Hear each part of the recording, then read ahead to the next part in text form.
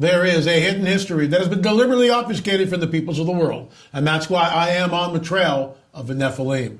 The Genesis 6 narrative states that the Nephilim are on the earth in those days and also afterwards. If that's true, can we find evidence that corroborates this? I'm L.A. Marzulli. Join me as we go on the trail of the Nephilim.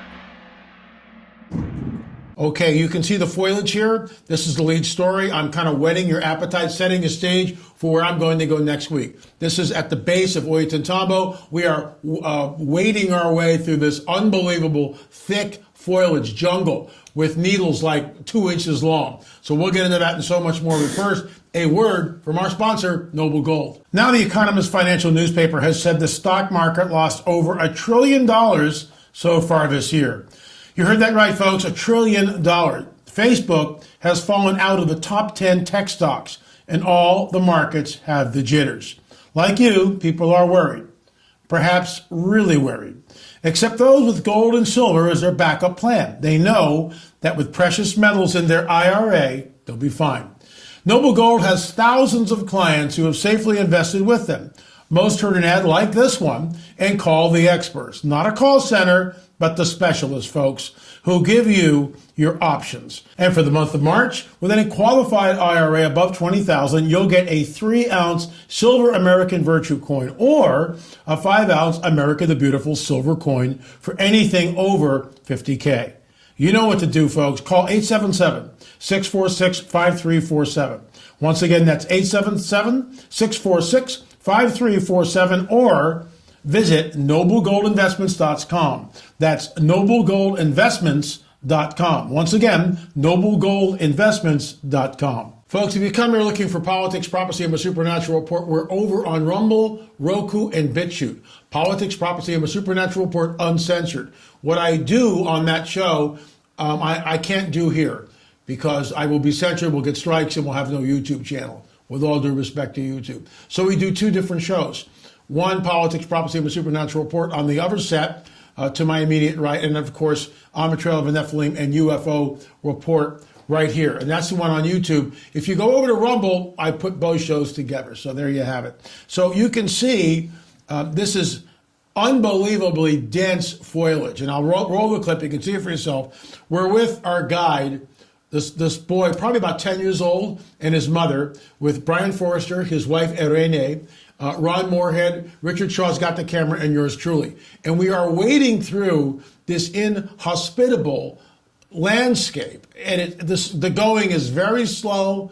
It's tedious. We did not have machetes, which would have made the trek a whole lot easier. So I'll roll this clip. You can see the little boy. He's holding back this plant, and he says spina, needles. Espina. Oh, what is that? Cactus? Sí, sí. Oh, gracias. Gracias. Where'd they go?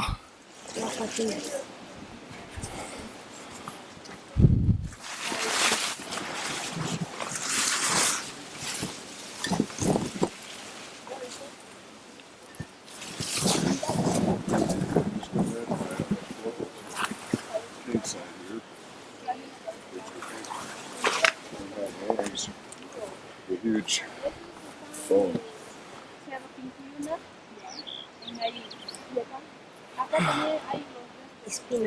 Oh. You take your picture? Show me.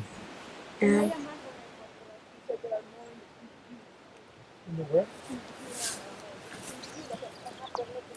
that where the quarry is? So, but where are the caves? These are caves with bones? So the boy's mother just said that she believes archaeologists came and took the bones out to a museum. And we hear this a lot. Oftentimes the Wakaros, the grave robbers, come, they get the bones first, and then they sell them to a museum. The real large Chongo skull, which if you Google that, Chongo skull at the ICA Museum, that was discovered by a Wakaro, a grave robber, and sold to the museum. When we were at the Ica Museum and we were doing DNA testing, many of the skulls, because they put them in boxes and put these boxes in a warehouse with no temperature control. So over a period of time, they deteriorated. The DNA from that museum was very degraded. The DNA from Senior Juan's Paracas History Museum, a private museum, that's where we got the results that we were looking for. We're about to enter the cave, and I'm kind of setting you up for next week because what happened in that cave was interesting, but then we continued to explore further. And finally, we hit pay dirt, and I'll get into that. Folks, this is all in our Watchers series, which is specifically Watchers 6, The Secret Cosmic War. But you can also go on the trail by going to streaming.lamarzulli.net, streaming.lamarzulli.net. Look at Lost Civilizations. I take you to Gilgar Raphaim, the Wheel of the Giants, to the island of Sardinia, the Tomb of the Giants, and then over to Sicily, where we go up to the ancient temple of Diana. Folks, we were all over the place, and I think you'll find Lost Civilizations worthy of your viewing. There's so much information there.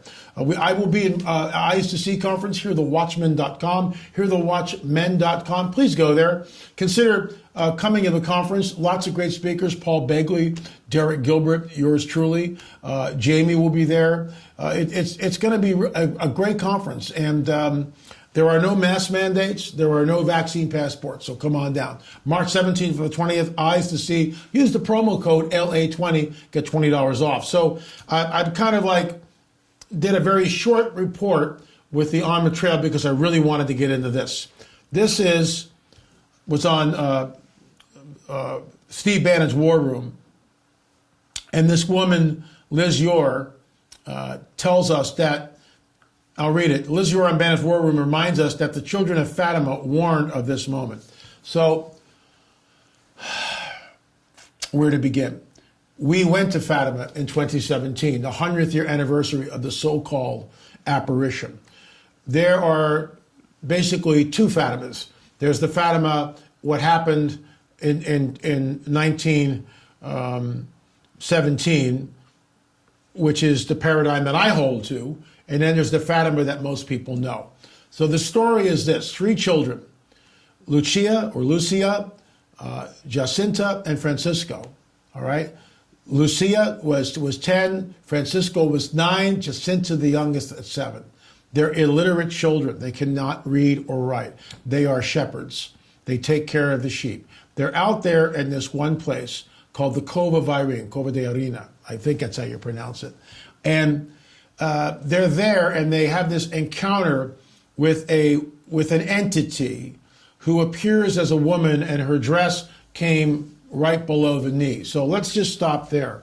When they asked this woman, this entity, where did you come from? She pointed to the sky. She never said heaven. So all of our source material for both films, Fatima 1, Fatima 2, Harbingers of Deception, and which is what number 1 was. And number 2, we talked about strange phenomena, which was unbelievable, which is not reported in most circles, most people who travel and look into what happened at Fatima. Something did happen there, there's no doubt about it, but what was it? First of all, if it was Mary of the Bible, why would she appear in a short skirt that fell below the knees? When the women of Fatima at the time, the women in 1917 wore dresses that went down to their shoe tops. So we've got something really weird here. Plus, the entity never spoke with her lips. She only communicated with them telepathically. She gave the children something to eat and something to drink. Lucia and Francisco ate, and Lucia and Jacinta, the two girls, ate and drank. Francisco only, I believe, ate. So Francisco could only see the apparition, but never heard what she was saying. So now you have a 10-year-old and a 7-year-old telling us what this apparition is saying. This happened, first of all, on May 13th, 2017.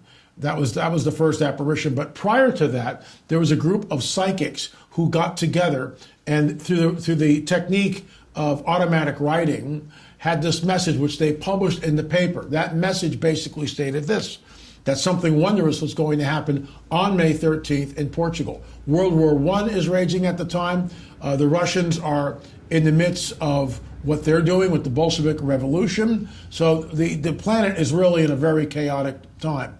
So Liz Yore, with all due respect, is telling us that the children of Fatima warned of this moment. Well, respectfully, I disagree with that. That warning about Russia comes over a decade later. When we go back to the source material in 1917, there is no mention of Russia. Not a thing. It's just not there. So it's a construct that happens over a decade later, when Lucia is basically hustled away, cloistered, takes a vow of silence, which was common if you were going to become a nun. Certain orders do that. But it's a managed agenda at that point, with all due respect. Again, I've been to Fatima. It's big business, let's put it that way. And we have two Fatimas. We have what most people know, obviously Liz Yore, and we have another Fatima, which is what we delve into. In my opinion, and I'm going to get into this probably next week, whetting your appetite again, it was a UFO event. And I'll just leave you with this. Medical doctors, lawyers, people of letter who were there on October 13th, months after the first apparition appeared, the crowd swelled to upwards of 70 to 80,000 people. It had been raining all day.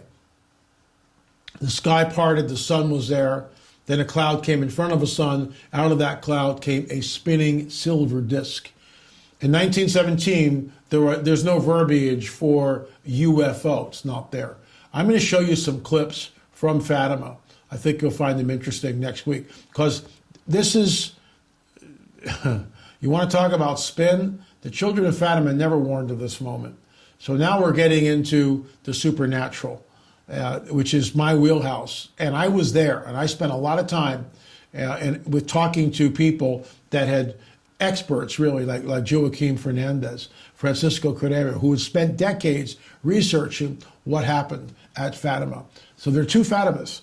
What most people know, and that's the party line, and the other Fatima, which I believe was a UFO event. So we'll get into that and so much more next week when we talk about Fatima. Folks, here's the book, UFO Disclosure. What are you waiting for? Go to lamarzulli.net. The free film. If you open up the text box right below today's update, you will see, scroll down a little bit, you'll see a link to the free UFO film. You need to go there and watch it. You really do. Because this is the coming great deception and the Luciferian endgame. I say it every day.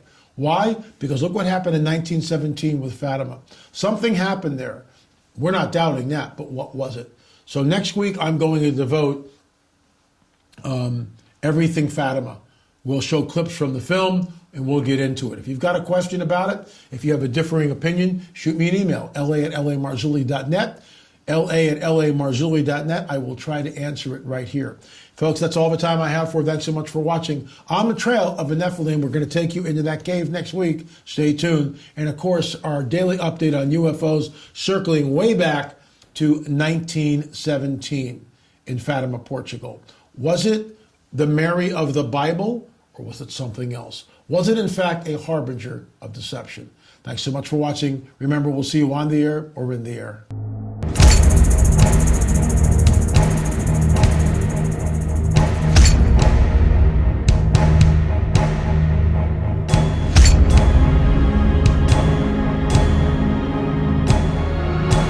My name is Alan Matthews. I've seen a UFO. I've seen a UFO. I saw a UFO. A UFO.